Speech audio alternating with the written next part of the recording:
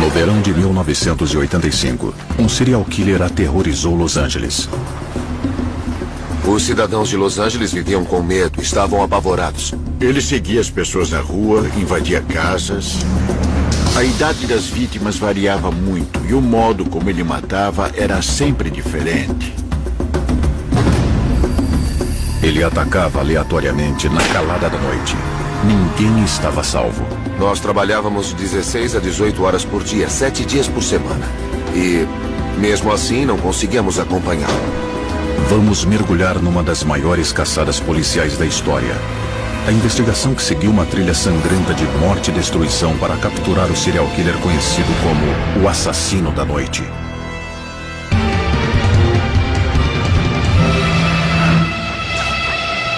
Serial Killers.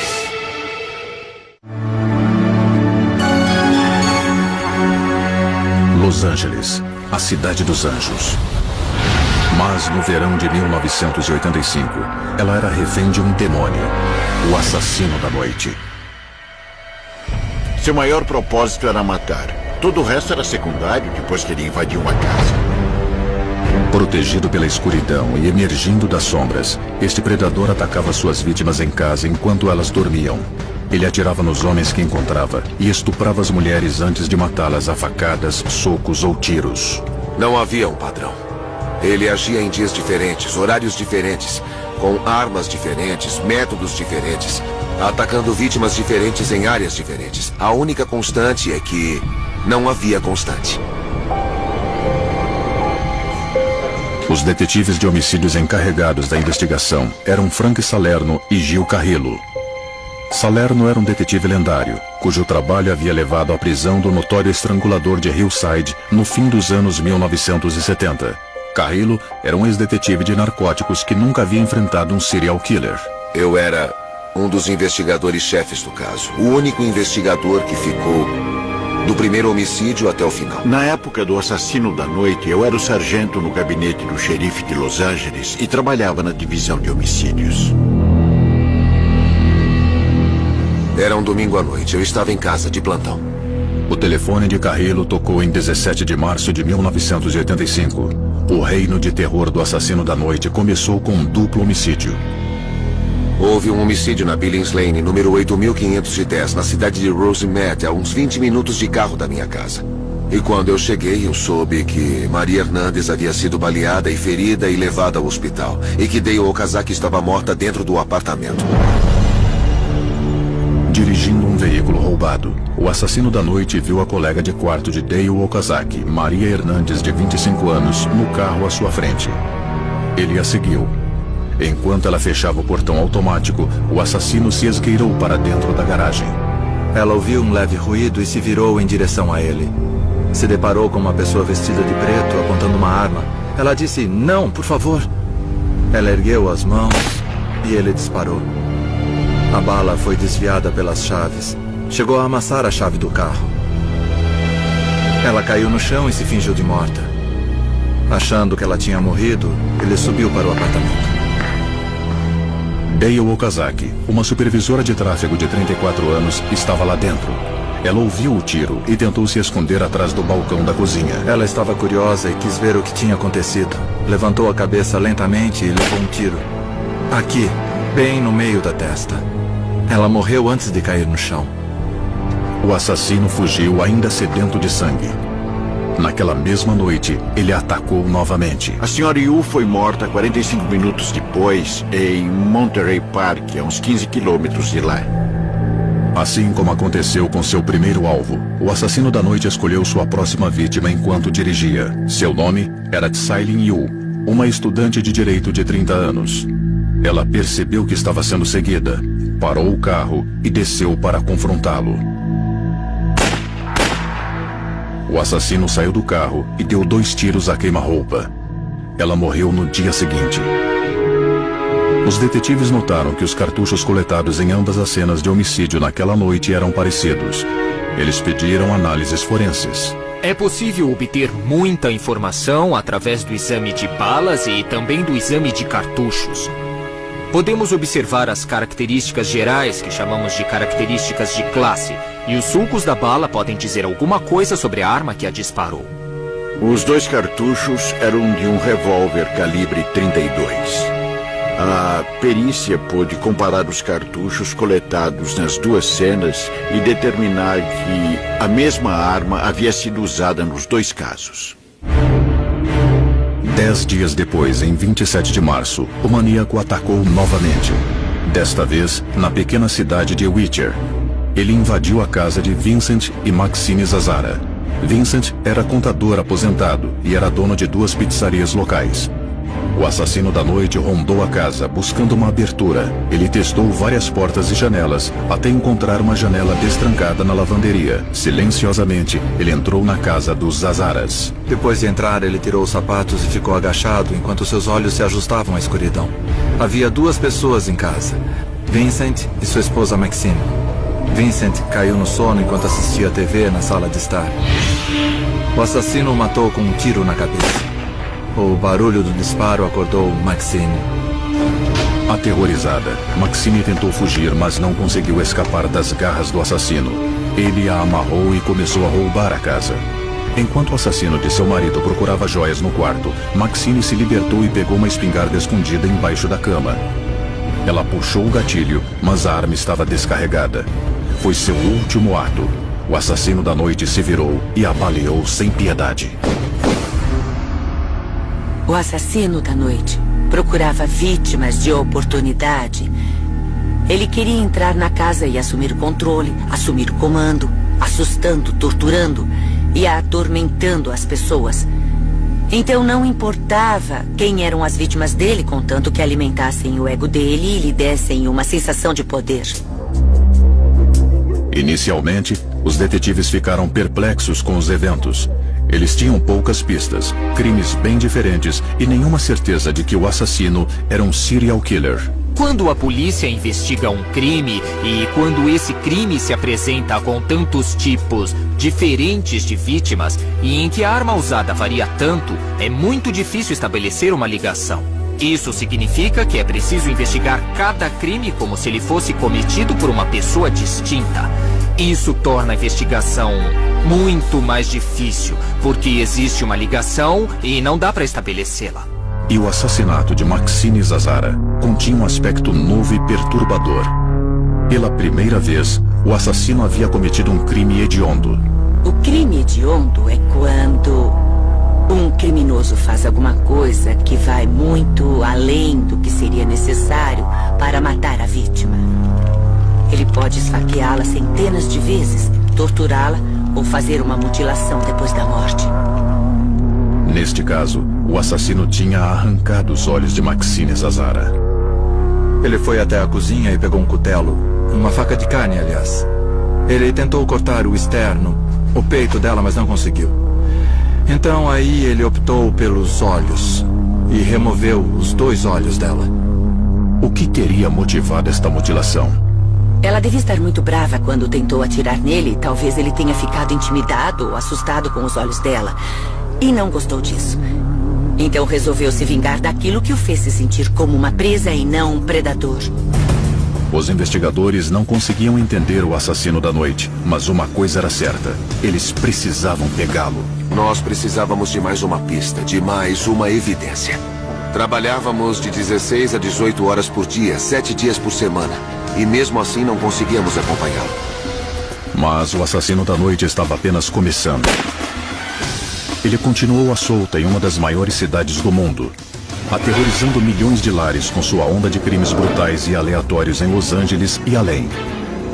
Os detetives passaram meses perseguindo sombras, tentando desmascarar um serial killer que atacava sem motivo e, como descobririam mais tarde, se dizia possuído por espíritos satânicos.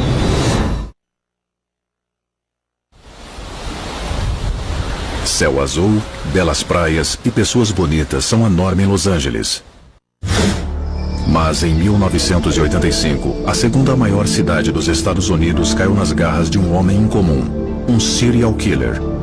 Conhecido como assassino da noite, ele estava matando pessoas na calada da noite enquanto elas dormiam. Em março, ele matou 4 pessoas em 3 ataques distintos. Os investigadores tinham poucas pistas e não faziam ideia de quem era o predador. Era um caso totalmente único. Nunca tínhamos visto nada parecido e também não vimos desde então. Quando falamos em serial killers, suas vítimas costumam ser prostitutas, caronistas, mendigos, gente que vive nas ruas. Mas ele era alguém que entrava nas casas, inclusive em casas trancadas. De forma aleatória, isso significa que qualquer pessoa é uma vítima em potencial. Em 14 de abril, ele atacou novamente. A casa escolhida ficava em Monterey Park, o lar de William Doyle, de 65 anos, e de sua esposa deficiente Lillian. William foi executado na cama, e então Lillian foi violentada sexualmente. Mas, neste último crime, o assassino da noite mudou seu padrão mais uma vez. Ele deixou uma testemunha, Lillian Doyle.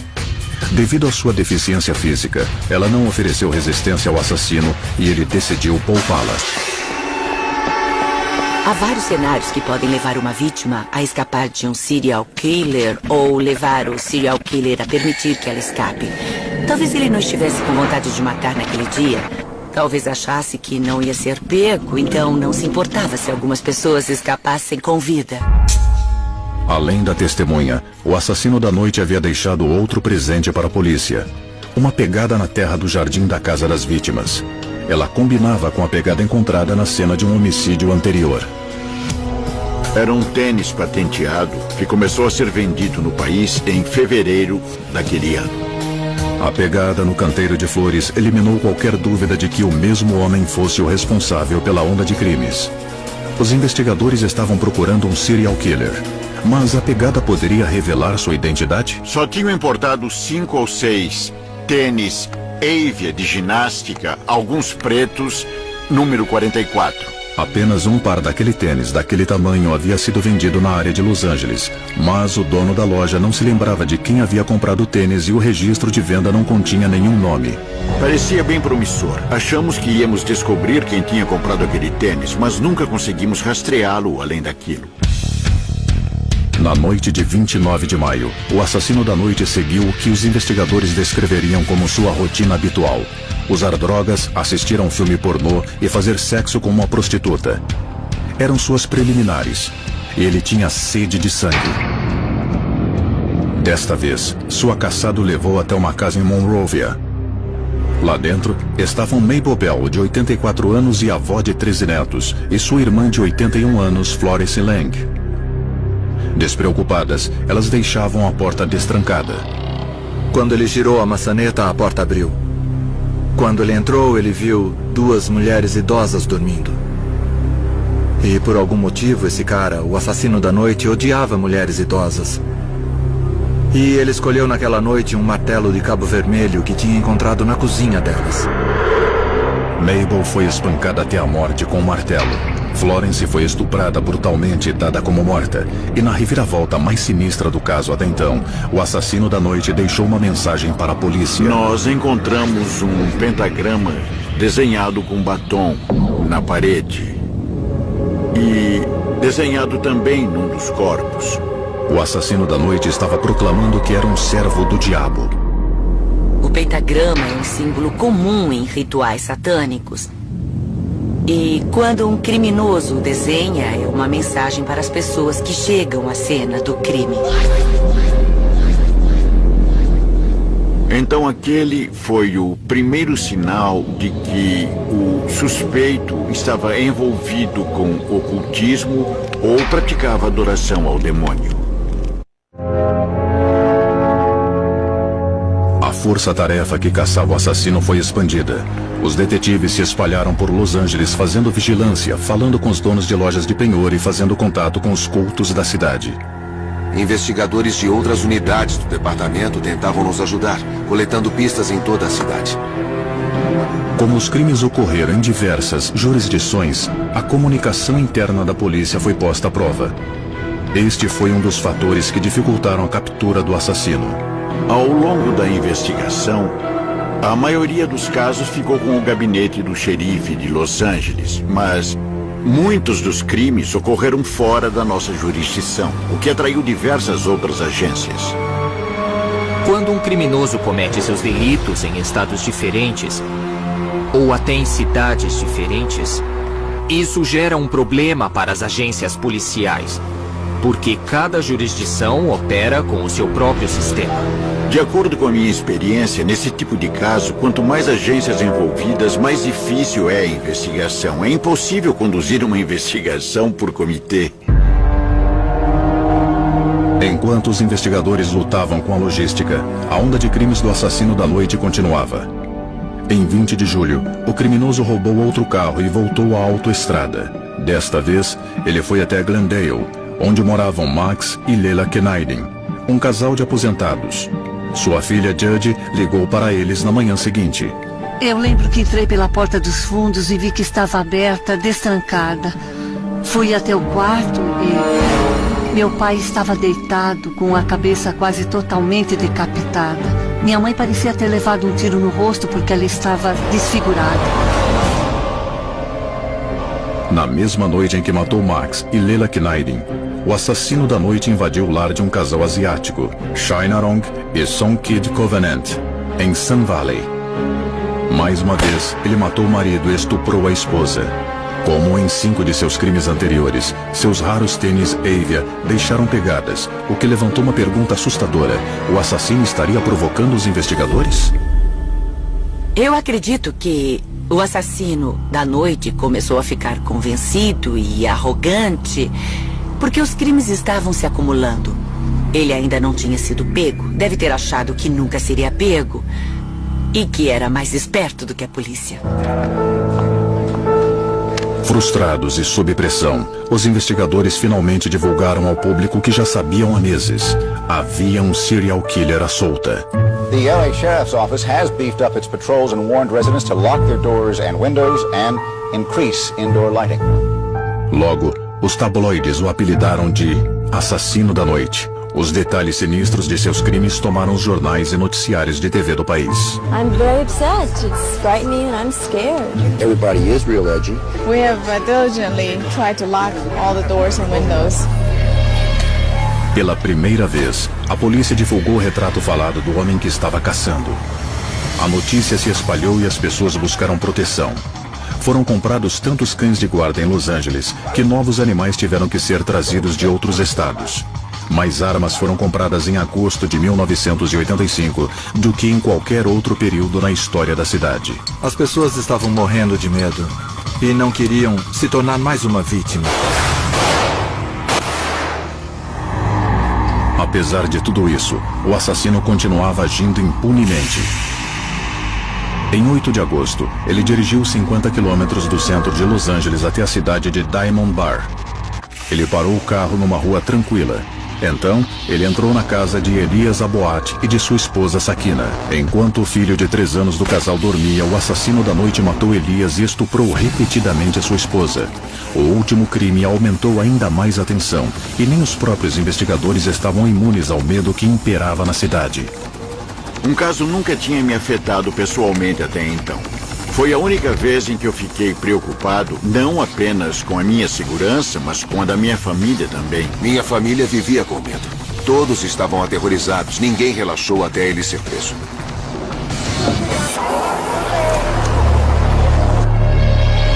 Sem que os investigadores soubessem, o assassino estava por perto. Ele morava a menos de 400 metros do departamento de polícia, numa pensão barata no centro de Los Angeles. Mas estava se preparando para levar sua onda de crimes para o norte, a São Francisco. He's someone that will go into a home at night and will kill, and kills at random. There's a $10,000 reward for any information which can lead to his arrest and conviction.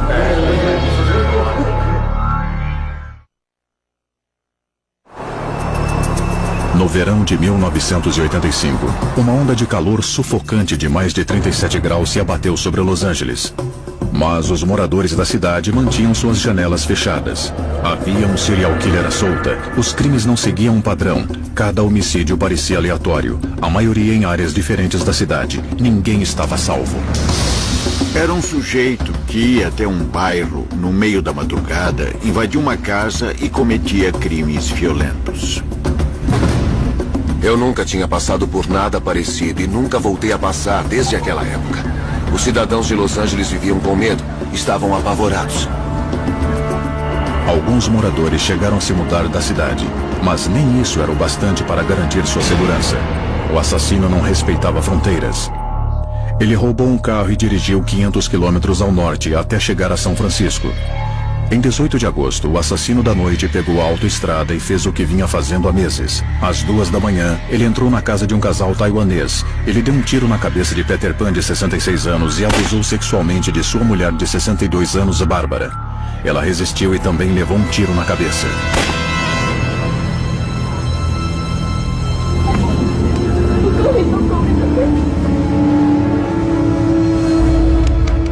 Em Los Angeles, os investigadores ficaram sabendo do crime de São Francisco. O departamento de polícia de Glendale nos ligou. Um dos homens tinha ouvido falar sobre o caso de São Francisco no rádio. Ligamos para São Francisco e falamos com os detetives. Eles disseram o que tinham. O assassino de São Francisco havia utilizado um revólver com o mesmo calibre usado pelo assassino da noite. E como num dos casos de Los Angeles, tinha deixado uma assinatura satânica para os investigadores, um pentagrama desenhado na parede. Fomos até lá.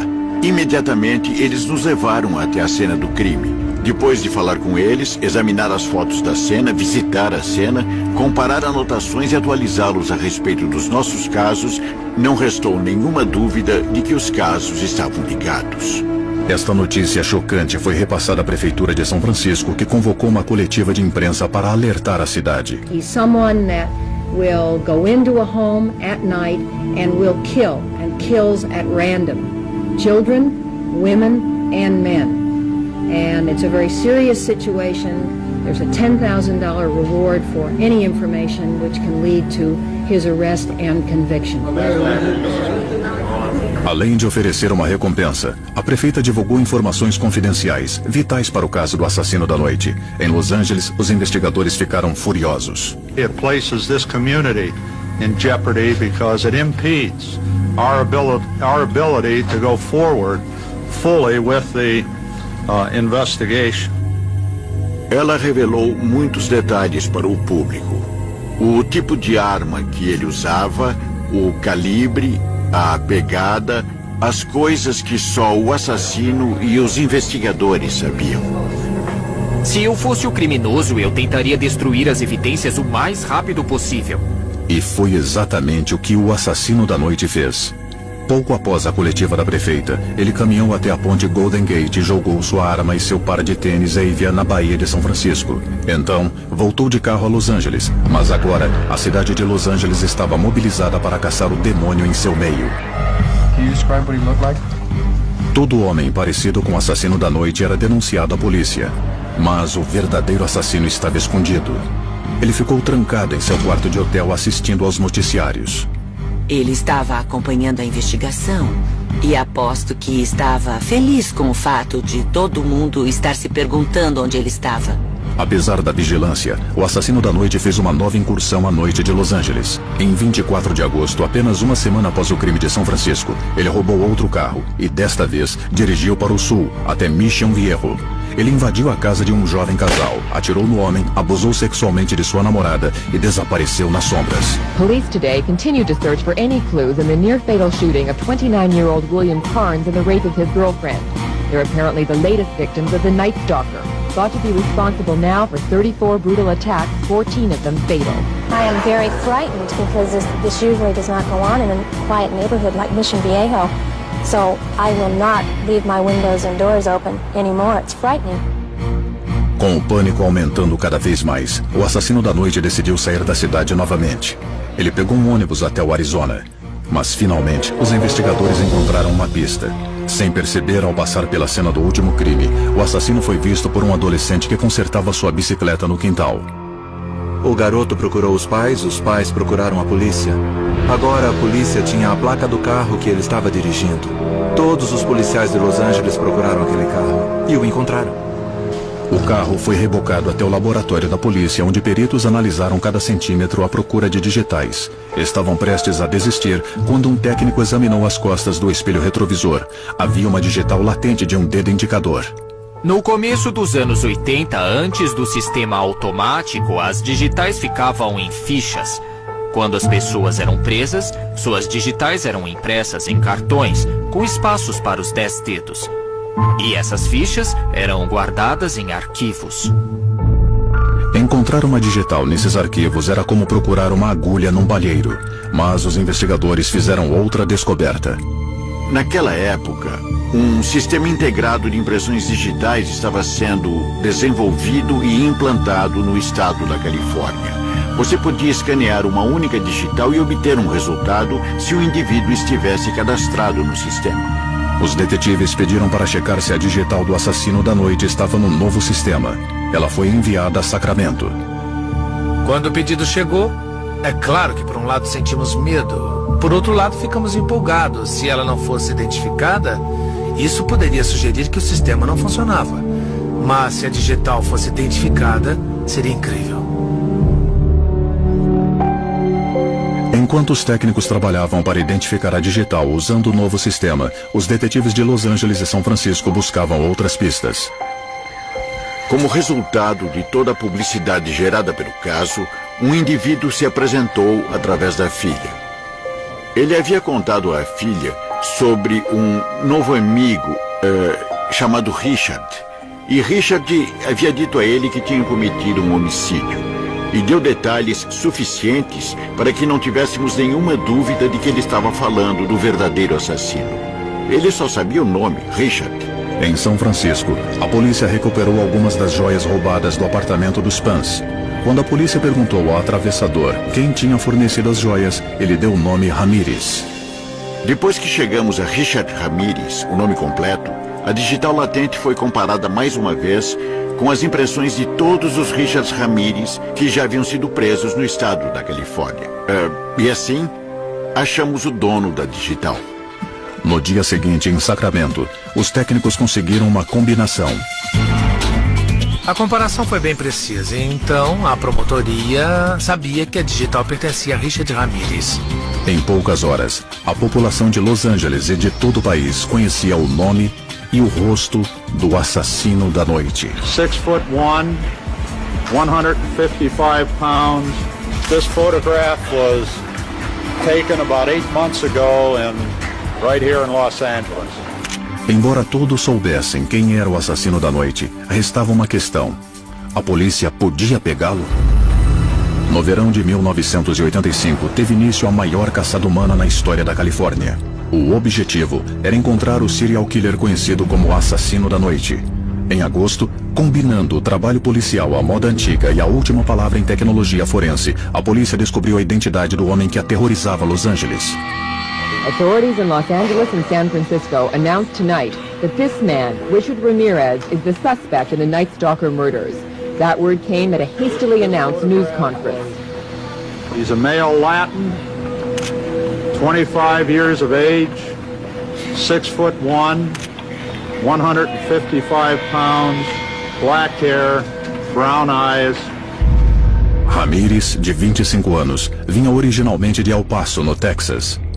Viciado em drogas, ele se mudou para Los Angeles em 1982. Lá começou a roubar tudo o que encontrava pela frente para sustentar seu vício. Em 1983, foi preso por roubo de carro e passou 6 meses na cadeia. Ramírez foi fotografado e fichado. E foram as digitais desta ficha que finalmente revelaram sua identidade. Agora, sua foto estava espalhada por toda a cidade. Mal sabíamos que ele não estava em Los Angeles quando a foto dele foi divulgada para a imprensa. Ramírez estava no Arizona visitando um parente. Ele não fazia ideia de que seu nome e foto estavam sendo divulgados em todos os meios de comunicação de Los Angeles. Como resultado de toda essa divulgação que fizemos, um indivíduo se apresentou para dar informações. E, tomando como base os dados que recebemos deste funcionário da empresa de ônibus, iniciamos uma operação de vigilância na rodoviária.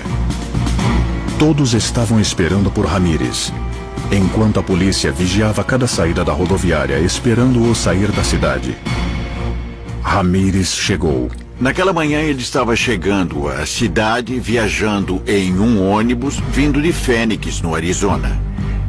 Ele percebeu a vigilância e os policiais à paisana. Ele não fazia ideia de que estava sendo procurado. Mas como era um fora da lei e era cuidadoso, ele não saiu pela saída de pedestres, e sim pela entrada de ônibus. Chegou à rua e entrou numa pequena loja de bebidas. Ele pegou um jornal e viu que a foto dele estava na primeira página. Ao mesmo tempo, uma mulher no fundo da loja o reconheceu. Ela ficou branca como um fantasma, apontou para ele e disse: El Matador, que significa o assassino. Entrou em pânico. Ele saiu da loja e entrou num ônibus tentando ir para o leste de Los Angeles. Ele tinha um irmão que morava lá. Assim que ele entrou, as pessoas começaram a compará-lo com a foto do jornal e a apontar dizendo: é ele. Ramírez saltou do ônibus e começou a correr. Ele correu 3 quilômetros atravessando a autoestrada e chegando ao leste de Los Angeles. Lá ele tentou roubar um carro e invadir uma casa, mas havia muita gente nas ruas. Elas gritaram e chamaram a polícia. Mais de 40 viaturas e 7 helicópteros começaram a varrer as ruas do leste de Los Angeles. Num dado momento, ele atravessou a Avenida Santana mais ou menos às 7h30 da manhã, sem ser atropelado. Chegou ao leste de Los Angeles e correu até a casa do irmão. Ele chegou a uma área residencial cruzando a Rua Indiana, onde uma mulher estava saindo de casa. Ele tentou roubar o carro dela. Ela gritou e os vizinhos foram ajudá-la. All the neighbors just hung together and got him, chased him down the street. And then what did you do when you caught up with him? I socked him. Ramírez estava encurralado. Ele foi atingido com um cano. Eles o seguraram e ligaram para o gabinete do xerife. O subxerife chegou e ele foi colocado sob custódia naquele momento. De repente, estava tudo acabado. Ironicamente, depois de 6 meses perseguindo o assassino da noite, a polícia teve que intervir e salvar a vida do serial killer. We're happy to announce that the individual we have in custody is Richard Ramirez, the Night Stalker. Quando Ramírez foi levado ao distrito policial de Hollenbeck, uma multidão furiosa se dirigiu ao prédio. Todo o distrito policial de Hollenbeck estava cercado de cidadãos. Uma multidão. Parecia uma cena de faroeste. Uma tentativa de linchamento.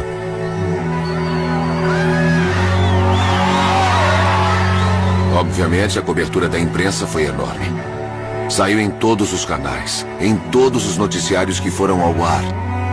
Naquele dia e naquela noite. Naquela noite, o detetive Gil e eu conversamos com ele pela primeira vez. Nós determinamos a partir das digitais que ele era o Richard Ramírez que estávamos procurando.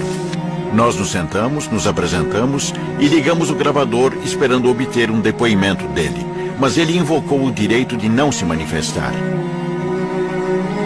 Mas os detetives tinham um as na manga. Frank Salerno. Ele ficou impressionado com Frank Salerno.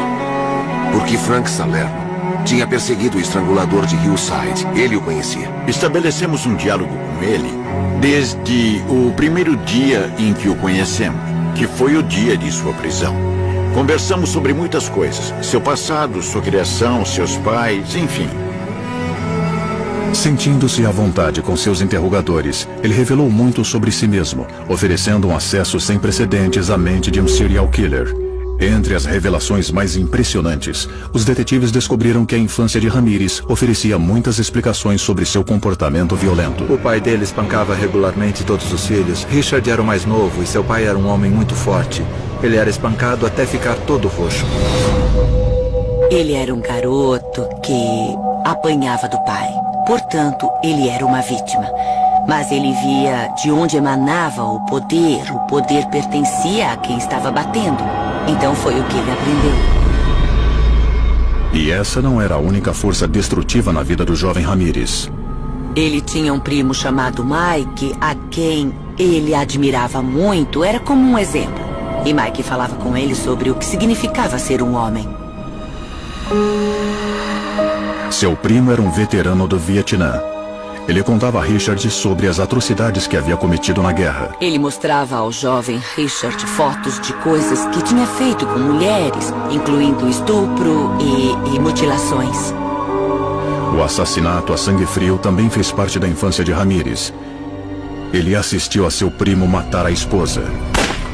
Isso foi traumático ou empolgante para ele? É possível que, depois de ter sido exposto às coisas que o primo Mike contava a ele, tenha sido empolgante ver alguém assumir o controle dessa maneira e exercitar o poder sobre a vida e a morte de outro ser humano, especialmente uma mulher. A onda de crimes doentia de 6 meses do assassino da noite espalhou medo, caos e morte pela região de Los Angeles, com uma rápida passagem por São Francisco, gerando pânico em todo o estado. Mas agora, os investigadores haviam detido um assassino cruel. Numa garagem no leste de Los Angeles, eles encontraram seu carro. Dentro dele havia balas que ele tinha carregado na arma que usou em 2 homicídios. Eles também recuperaram um revólver usado em outro crime. Foi muito difícil entender como um amigo de infância, com quem compartilhei coisas maravilhosas como aniversários, amigos, amigas e essas coisas maravilhosas que acontecem quando somos crianças. Foi duro saber que alguém como ele pudesse causar tanta dor. É impossível. Pior do que o impossível é o inimaginável. Os investigadores suspeitam que Ramírez cometeu muito mais assassinatos do que tinham conhecimento. Depois de 6 meses e pelo menos 14 homicídios em Los Angeles e um em São Francisco, o assassino da noite estava atrás das grades. Ele seguia pessoas aleatórias, invadia suas casas na calada da noite e as matava. Ele havia assombrado os pesadelos de milhares de moradores da cidade. Agora, o demônio seria julgado por seus crimes hediondos. O processo bizarro fascinaria o público quase tanto quanto a onda de crimes. Após recusar vários defensores públicos, Ramírez finalmente optou por 2 advogados sem experiência em casos de pena de morte. Mr. Ramirez, at this time, is it your desire to substitute Mr. Daniel Hernandez and Mr. Arturo Hernandez as your attorneys of record in the place instead of Mr. Joseph Gallegos? Yes. Do começo ao fim do caso, Ramírez não mostrou nenhum remorso. Eu sei. Após a citação, quando ele ouviu exatamente do que estava sendo acusado, ele se virou para as câmeras e levantou a mão direita. Ele tinha desenhado um pentagrama na palma e disse: "Viva Satã!" Richard foi muito desagradável e agressivo. Ele mandou todo mundo ir se danar. Quando as pessoas o viam daquele jeito, ficavam com mais medo. Numa outra ocasião, na cela, ele se cortou de algum jeito. Ele pegou o próprio sangue e desenhou um pentagrama e um 666 com o sangue. Sempre que ele fazia alguma coisa desse tipo, nós documentávamos e usávamos no julgamento para ligá-lo aos crimes. Depois de algum tempo ficou claro que ele era o tipo de gente que podia ter feito aquilo. Os comentários que ele fazia, as risadas, quando algumas evidências ou fotos dos corpos eram mostradas, ele gargalhava ou ria. Quando ele percebia que os parentes das vítimas estavam sofrendo, ele se virava e sorria para eles. Ele tinha até um grupo de fãs. Mulheres de todos os estratos sociais começaram a aparecer na corte vestidas de preto, na esperança de que ele virasse e sorrisse para elas. A psicologia das fãs de um serial killer é uma coisa muito interessante e elas existem há bem mais de um século. Sem dúvida, Ramírez não foi o primeiro a atrair fãs. Embora Ramírez fosse simpático com suas fãs, no tribunal ele mostrava desprezo por todos os outros. Após 55 dias de depoimentos, 165 testemunhas e 650 itens de evidência, a promotoria encerrou os trabalhos. Accused Night Stalker Richard Ramirez didn't even want a defense presented. Mas a defesa apresentou seu caso. No entanto, a inexperiência dos advogados logo ficou evidente. He was somewhat of a inexperienced, not really well versed on any kind of, well, in the profession of crime. Os promotores disseram que o material apresentado pela defesa estava confuso e errado. The only thing I hope is that the jury has taken better notes than Mr. Hernandez has. Em mais uma reviravolta na saga doentia do assassino da noite, a defesa decidiu não apresentar uma única testemunha. O júri levou 22 dias para decidir seu destino. Em 20 de setembro de 1989, o júri considerou Richard Ramirez culpado de 13 homicídios e 30 crimes relacionados. Então, o assassino se dirigiu à corte. You don't understand. You are not expected to. You are not capable of. I am beyond your experience. I am beyond good and evil. Legions of the night, nightly. Repeat not the orders of night, Father, and show no mercy. I will be avenged. Lucifer dwells within us all. Havia duas sentenças possíveis para Ramirez: a pena de morte ou prisão perpétua sem direito a condicional.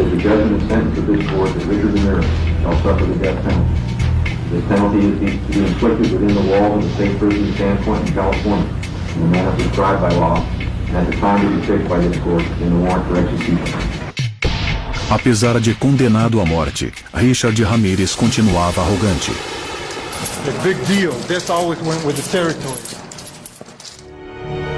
Mesmo no corredor da morte de San Quentin, a capacidade de Ramirez de provocar choque e publicidade não diminuiu. I just want to say I'm ecstatically happy today and very, very proud to have married Richard and to be his wife. Em 3 de outubro de 1996, depois de 8 anos de namoro através de um vidro à prova de balas, Doreen Lioy e Richard Ramirez casaram-se na penitenciária estadual de San Quentin. I hope that you will be very respectful of the day and let me go and enjoy my day in peace.